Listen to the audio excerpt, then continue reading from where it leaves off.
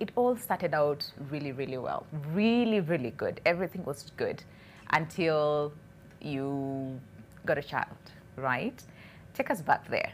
What happened? Okay. Um, it's very true. I started very well with a lot of love, and everything was just good. And I felt that is that was just the best thing in the whole world. Yeah. It's the best feeling to fall in love. It was. It is the most beautiful feeling. Yeah. Yeah. But with time, things changed. Okay. Not for the worse, but it was gradual, right? It was gradual. Because I would just feel, okay, I'm intimidated in a way, but I don't feel like leaving. I still love this guy so much. Yeah. He makes mistakes, and I just ignore everything until it came to a point that I felt now, I think I need to go back to my parents. Okay. And at some point, I went back. All right. This is after your first child or before the children came? No, after my first child. All right. My first child was like 2 years. Okay. Then, yeah. And when I went back to my parents, my dad was a pastor. And he was this kind of people who would not stomach divorce or even separation. Yeah. Marriage ni kuvumilia. Ni Nyumba ni kuvumilia. kuvumilia. You made that decision yourself, Yes. so deal with it. And so he told me, just, we'll talk, but you'll have to go back. Okay. And so I had to go back. After going back, things will change for like three months or so, and then it will still go back to ile tu. Yeah. Hapa kuna shida, and it has been a long journey. Yeah. Yeah. I mean, you said he would intimidate. You felt intimidated at first, but then you were like, it's okay, I can stomach this for a while. So what exactly happened? Because you said for your case, it was very gradual. You know, it's more or less like you couldn't even tell that this was toxicity. You know, so what exactly happened that you would say, you know what, this is not normal. This is somewhat like intimidation. What happened? Okay, you see, like, you're together, you discuss something, and you agree. But then he'll go. When he comes back, he has changed. Okay.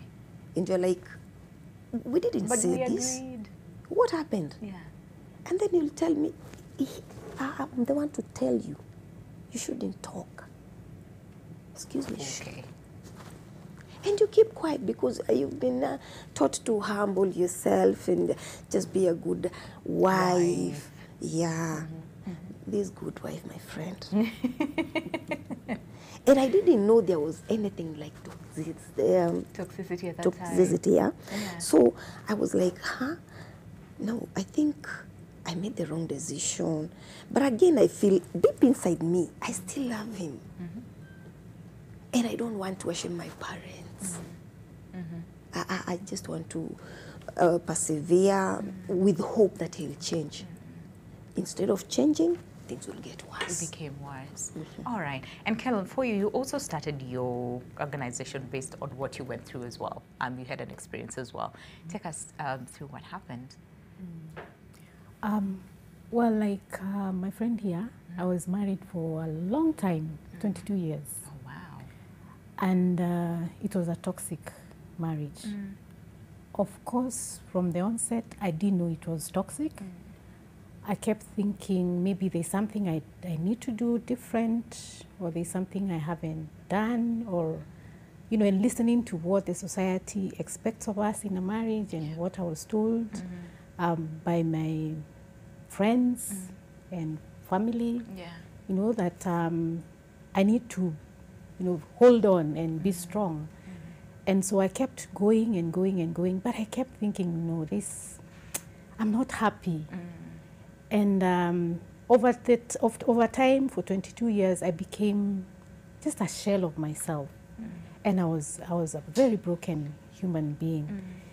And at some point, I felt, no, this is not what this marriage is about. There must be something that is wrong with this marriage.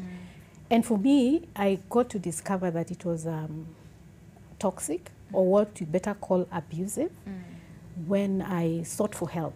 Because I had been in and out of depression for, over the years. I had experienced very horrible stuff like panic attacks, which are very scary. It's a very scary experience. It is.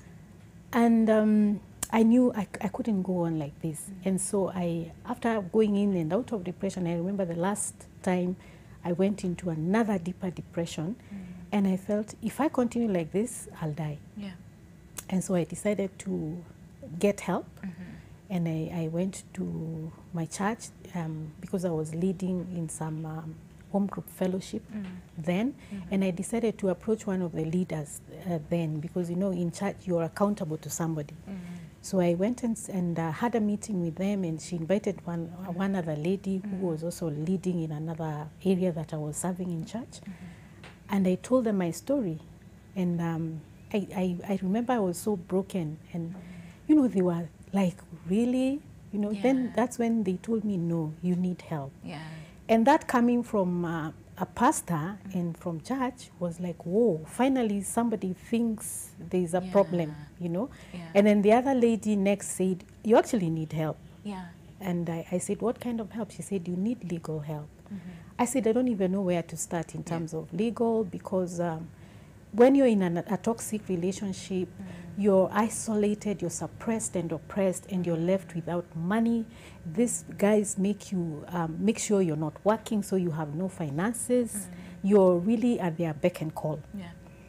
So at that time, I didn't have money. So at the mention of a lawyer, I was like, I can't. That one, no, don't even go there. Yeah. Then she said, no, don't worry. I'll take you to an organization that actually deals with this. That's their core business. And you're going to get the help without having to give a sweat. Yeah. And that's when I was introduced to this organization. I think I can mention here, FIDA Kenya. And when I went there, they do assessment of your case as you tell them what your story is. And broken as I was, I remember amidst a lot of tears, the lady who met me or who assessed me asked me, so what do you want? I said, I want divorce. Okay. And she looked at me and she said, you know what, Kellen, from the way I look at you and the way you look, you cannot go into a court of law right now. You're so broken. Yeah. We need to begin by finding Kellen. Kellen is so lost, she's in the woods. So I said, okay, whatever, I need to get myself back. Together. And I got into this counseling, psychology, and it took me about 1.5 years. Yeah. And I started feeling good about myself, and I started finding myself, and I started now learning how to set boundaries, because I remember what this lady told me, I want to help you be able to survive within that geographical area, because I was still in the marriage. Okay. And I gained a lot of strength, and I was able to set boundaries while I was still there, and I was able to go ahead and file for divorce. All right. And then the divorce went on, and it didn't take a long time. Yeah. And for me, out of that experience is when I decided I need to go out there and help somebody else who doesn't know what they're going through, because I didn't know what I was going through. When I went through the counseling sessions is when I learned that it had a label, that it is called emotional abuse, because there are different kinds of abuse. Yeah. And mine was purely emotional. There was no time I had been, beaten. Yeah. Mine was purely emotional, which is terrible, because you die from the inside. Absolutely. Now,